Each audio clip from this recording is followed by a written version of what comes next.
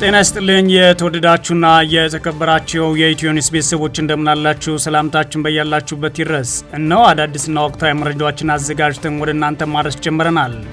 ከኢትዮ ኒውስ የዕለቱ የዜና ውጃዎች ጋር አብራችሁ እንድትቆዩ ግብዣችን ነው። በቅድሚያ ማርስ ዜናዎችን አስቀድማለሁ።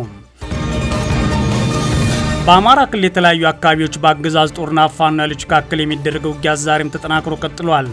በተለይም በጎጃም ሰከላ ወረዳ የተደረገው ውጊያ በድሮን የታገዘ እንደሆነ ተሰምቷል። የአገዛዙ ጦር አዛዥ ብርጋዴር ጄኔራል አዲሱ መሐመድ በበኩላቸው ፋኖ እጅ እንዲሰጠን ቀንበር ተሸክማችሁ ለምኑልን ሲሉ ተደምጠዋል። በዝርዝር የምንመለከተው ቀዳሚ ጉዳይ ነው።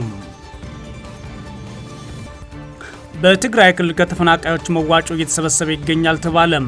በከፍተኛ በደል ውስጥ ካሉ ተፈናቃዮች ፓርቲ መዋጮ እየተሰበሰበ እንደሆነ ፓርቲው ባወጣው መግለጫ ከሷል። ህወሓት ከተፈናቃዮች በግዴታ መርሃዊ መዋጮ እየሰበሰበ ይገኛል ሲል መግለጫ ያወጣው ሳልሳይ ወያኔ ነው። በዝርዝር እናየዋለን። በጋምቤላ የተከሰተው ግጭት ለማስቆም ተጨማሪ የጦር ሰራዊት እንዲሰማራ ተጠየቀ። ግጭቱ በርካታ ዜጎች የሞቱበት ሲሆን ባለፉት ጥቂት ቀናት ደግሞ መልኩን እያቀያየረ ታጣቂዎች እርስ በራሳቸው የሚያደርጉት ውጊያ ሆኗል። መንግስታዊ ኢሰመኮ ጉዳዩን አስመልክቶ በወጣው መግለጫ በክልሉ የሰዓት ገደብ እላፊ ተጥሏል። የመንግስት ተቋማት የባንክ አገልግሎት ጨምሮ በርካታ አካላት አገልግሎታቸውን አቋርጠዋል። ነገር ግን ጸጥታው አልተከበረም ብሏል። በዝርዝር የምትሰሙት ይሆናል። ግብጽ ታላቁ የኢትዮጵያ ህዳሴ ግድብን በተመለከተ ከኢትዮጵያ ጋር ህጋዊ አስገዳጅ ስምምነት ላይ ከመድረስ በስተቀር ሌላ ምንም አይነት ችግር እንደሌለባት ፕሬዝዳንት አብዱልፈታህ አልሲሲ ተናግረዋል። ፕሬዝዳንቱ ይህን ንግግር የተናገሩት ግብጽ ውስጥ እየተካሄደ በሚገኘው ሁለተኛው የሩሲያ አፍሪካ የትብብር መድረኮች የሚኒስትሮች ጉባኤ ላይ ለመሳተፍ ካይሮ ከሚገኙ የአፍሪካ ሀገራት ልዑካን ጋር ባደረጉት ውይይት ላይ መሆኑ ተሰምቷል። በዝርዝር እናየዋለን። አሜሪካ በቅርቡ ከቬንዙዌላ የተነሳች ነዳጅ ጫኝ መርከብ በቁጥጥር ስር መዋሏ ተሰምቷል። ይህን ያስታወቀው የአሜሪካ የአገር ውስጥ ደህንነት ነው ይላል ቢቢሲ።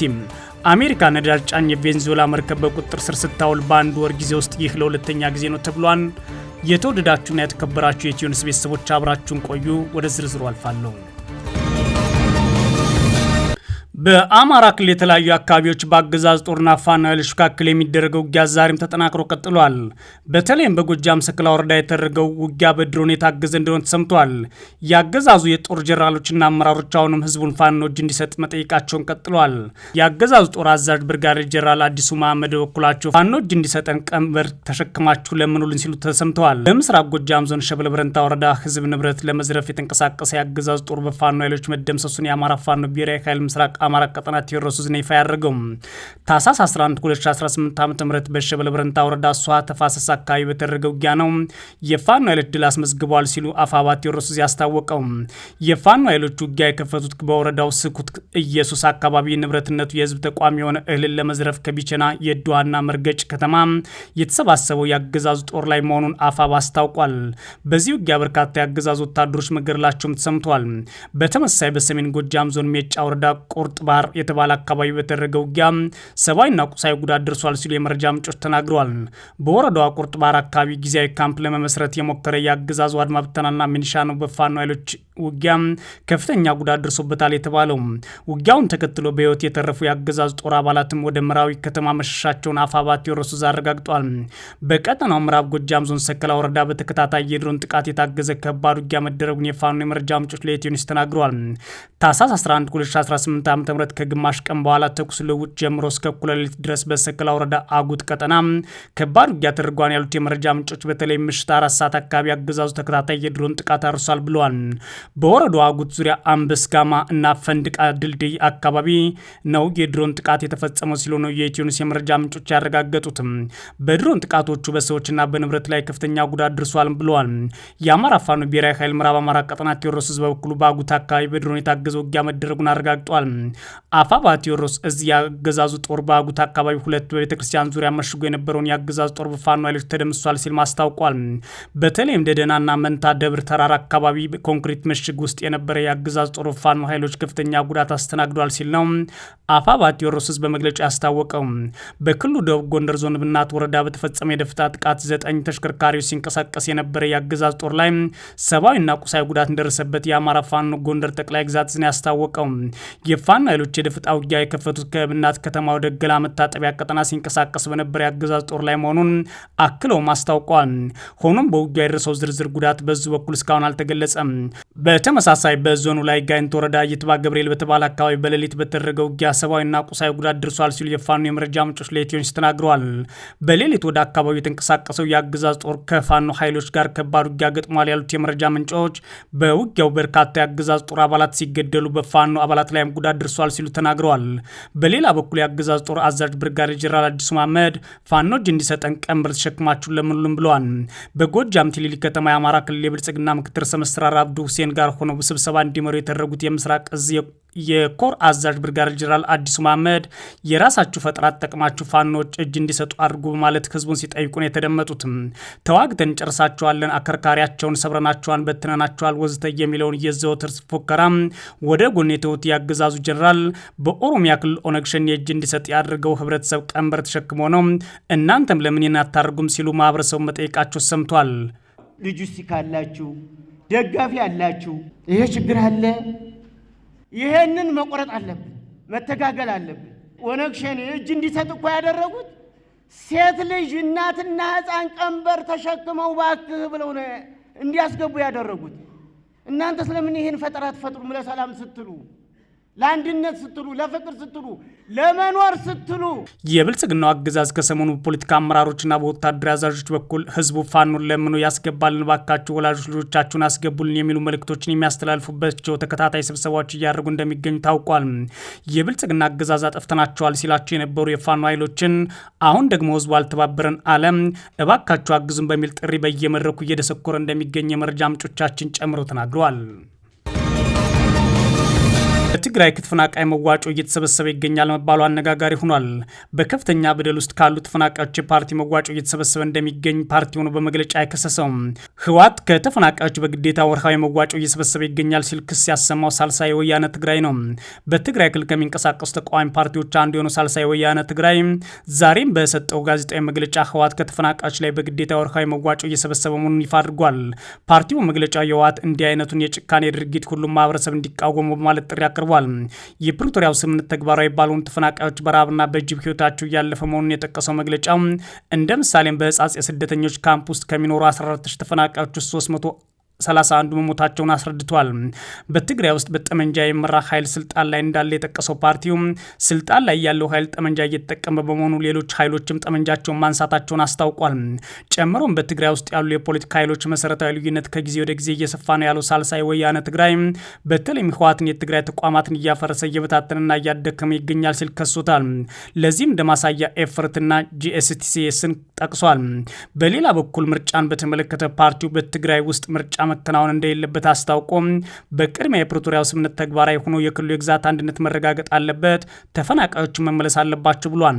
ሳልሳይ ወያነ ትግራይ ምርጫ መካሄድ የለበትም፣ በትግራይ ሊራዘም ይገባል ያለው ተፈናቃዮች ሳይመለሱ የግዛት አንድነትም ሳይመሰረት በክልሉ ማስተማማኝ የሆነ የፖለቲካና የመንግስት መዋቅር መዘርጋት አይቻልም በሚል ነው። ጉዳዩን በተመለከተ እስካሁን ድረስ ከፌዴራል መንግስትም ሆነ ከሌሎች ኃይሎች የተባለ ነገር የለም። በጋምቤላ የተከሰተውን ግጭት ለማስቆም ተጨማሪ የጦር ሰራዊት እንዲሰማራ ተጠየቀ። ግጭት በርካታ ዜጎች የሞቱበት ሲሆን ባለፉት ጥቂት ቀናት መልኩን እያቀያየረ እየሰፋ መጥቷል።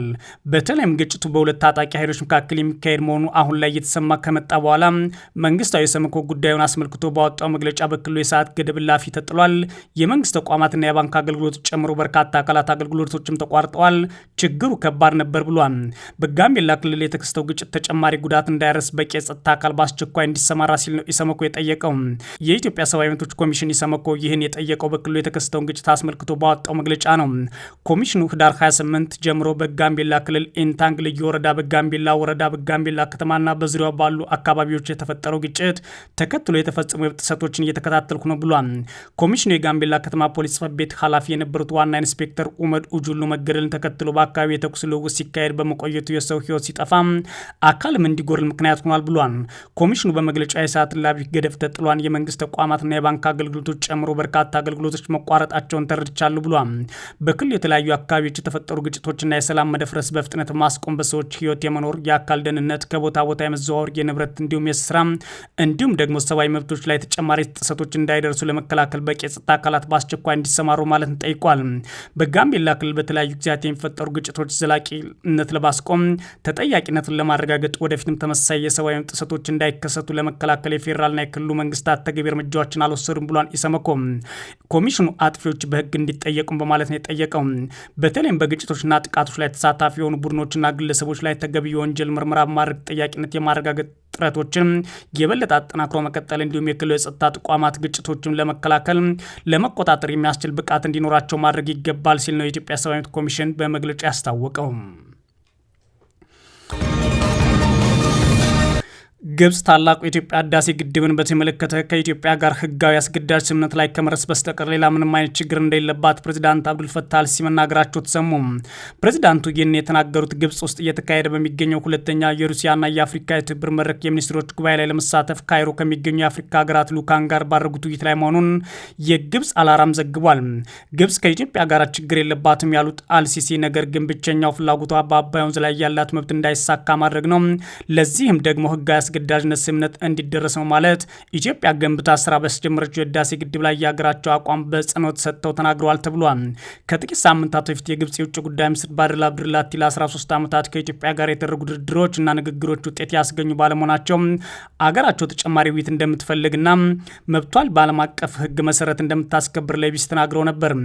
የግድቡ ግንባታ በተካሄደበት 14 ዓመታት ውስጥ በኢትዮጵያና በግብጽ እንዲሁም በሱዳን መካከል በተደጋጋሚ ሲቋረጥና ሲቀጥል የቆየ ድርድር በተለያዩ ሀገራትና ተቋማት አሸማጋይነት ሲካሄድ መቆየት ይታወሳል።